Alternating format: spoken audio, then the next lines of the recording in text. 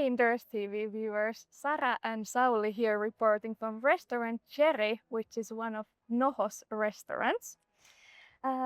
Let's start simply. How would you explain NoHo's business logic for someone who has never heard about NoHo before?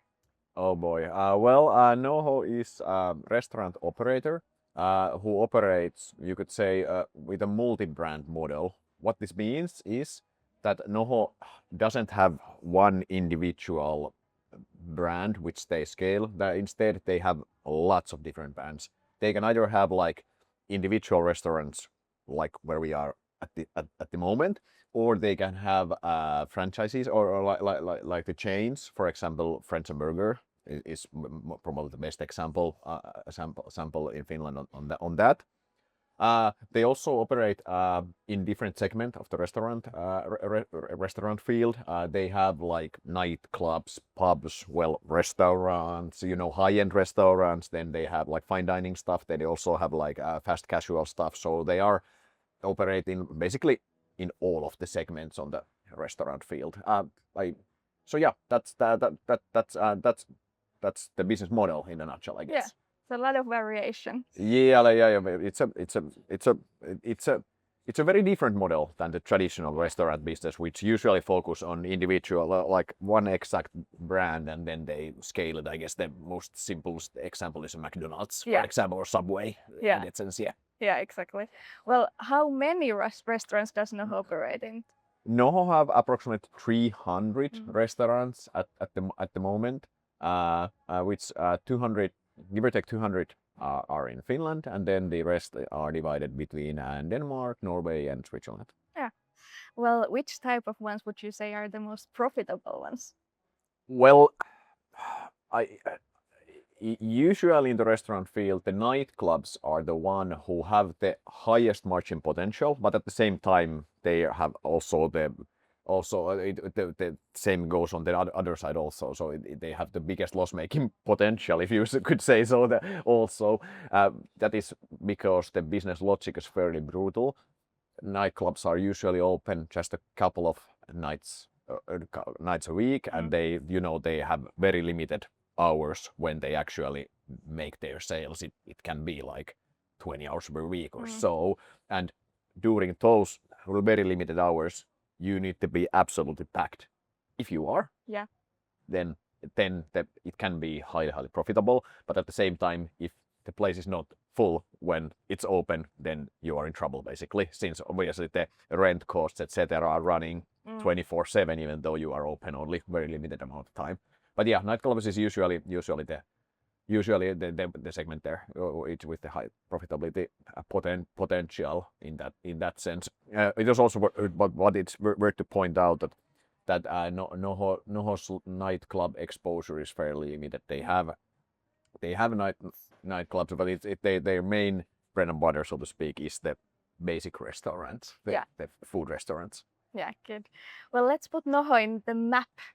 In which countries does NoHo operate in? Well, Finland is of course their home market and the backbone of the operations. In Finland, they are the biggest player. They have the plus 200 restaurants all over Finland.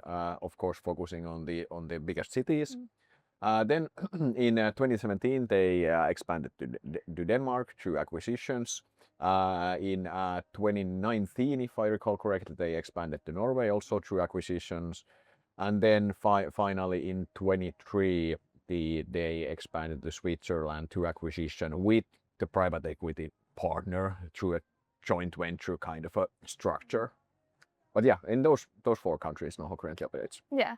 Well, if you think in the investor's point of view, which market is the most interesting going forward? There's a difficult one. Since I would want to say Finland, since Finland is the backbone of the operation. It's super profitable, and in Finland, in order NoHo to be a good investment case, they need to continue to perform excellently in Finland. But at the same time, especially the Swiss operation is actually in really interesting stage.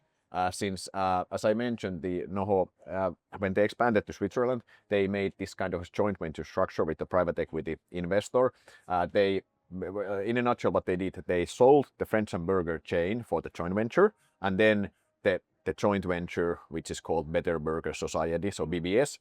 They bought the Holy Cow, which is a hamburger chain, premium hamburger chain in Switzerland. And this is of course they are developing the BBS joint venture with a private equity playbook, you could say. So idea is to expand the current chains and then maybe buy one or two more from other countries and in Europe. And then when it's all said and done, then they will divest it to either list or sell to the next private equity investor or whatever. And the whole development of the BBS has been excellent during the past 18 months or so, and it has notable potential from NoHo's perspective if they can continue the strong development and can find a couple of more home run M&As there. So in that sense, the Switzerland is at least most exciting one. Yeah. Even though from the investor's perspective, the Finland is since it's so large, the Finland's development at the end of the day is the most important one in that sense. But yeah, the investors should definitely follow closely what happens in the Switzerland and in the Better Burger Society. Yeah, and by the way, from consumers' point of view, I visited Holy Cow and their burgers are excellent. Yeah, So that I have heard. Yeah, Yeah. and that shows in their figures definitely. Yeah. Also, their development has constantly. In Holy Cow, its development has constantly exceeded NoHo's own expectations, which is fairly rare, by the way, with the M&As. Usually, you have high expectation, and then if it performs like in line with your expectation, it's actually really, really good. But it has constantly exceeded NoHo's expectations. So yeah, it has been a slam dunk acquisition, so to speak. Yeah. Well, we have been living times where consumers are under great pressure. Yes. How cyclical is the restaurant business, and how does this affect NoHo? Well, restaurant business is actually less cyclical, especially in Finland, what you would think. Yes, of course, it's a discretionary business, and when times are tough, it's one of the items where consumers can cut if they need to cut. It's cheaper to eat home than in the restaurant. But at the same time, in Finland, we have lots of strong structural tailwinds driving growth in this sector. It's important to understand that Finnish restaurant market is very young, so to say. If you move back to like one generation, people didn't go to restaurants. They maybe went there on birthdays or something, but it was like always something notable needed to happen in order to go to the restaurant with the family or so. Nowadays with the newer generations, the restaurant eating, it's more like a day-to-day. It's a casual thing, like day-to-day thing. It's more normal to like eat several times a week in a restaurant or so. And the next generation consumers are more willing to spend larger part of their discretionary spending on restaurants actually. And because of this, the restaurant market has actually held fairly well, even though the Finnish economy has been in shambles. There has been kind of a cost of living crisis in Finland, especially after the interest rate rent rate through the roof. But yeah, in overall, the market has only come down, let's say, less than 5%. Yeah. So it's not like the market has crashed down. NoHo has performed excellently well. They have been able to maintain their superior profitability. It is because their competitive advantages are so strong in Finland. You have massive scale advantages and through those you have been able to maintain the profitability. And in NoHo's numbers, you really cannot see the cost of living crisis, what has happened in Finland. Finally, it's also worth to point out that now we're talking about Finland, Finnish economy. In Denmark, Norway, and Switzerland, the economic situation actually much better. There is not a cost of living crisis and the same magnitude in Finland, and their economies are actually growing. So they're very different ball game there, so to speak. Yeah, true. Well, let's talk about growth a little bit. Yes. In which segments and which countries do we see the biggest growth going forward? For starters, NoHo is definitely a growth company. They have been a growth company from since '96 when they started this operation, and they have an excellent track record of growth going back like 20 plus years or so. Mm. But in the biggest growth, well, in Finland they obviously try to. They want to grow in Finland, but as you are so large already in Finland, it's difficult to grow like 15% a year or so, something in Finland. So in Finland, the NoHo's absolute size already kind of limits the growth, even though they have a clear growth ambitions in Finland.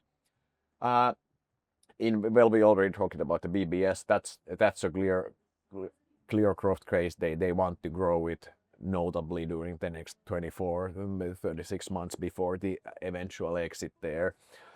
In Norway and Denmark, they are both they want to grow there, but NoHo is currently exploring options. Could they find like a similar partner what they have in the hamburger business to Norway and DK operations, where like maybe private equity would come in and it will be a kind of joint venture, and then they would expand more rapidly there. They are exploring those options, so there might be some M&A moves coming in that sense, which could ignite, accelerate the growth in DK and Norway.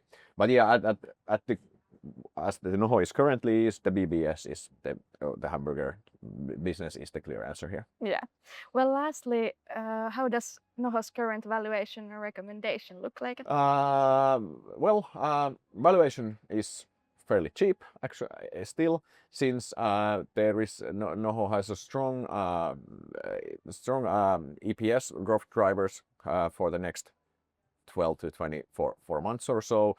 Interest rates have come down, which clearly lowers the NoHo's interest expenses. They have a lot of debt in their balance sheet. Then also, of course, the economic situation is starting to improve a bit in Finland, and of course the consumer living crisis, so to speak, is easing up. So it definitely helps when the market actually starts to give you some tailwind after a fairly tough headwind for a couple of years, right?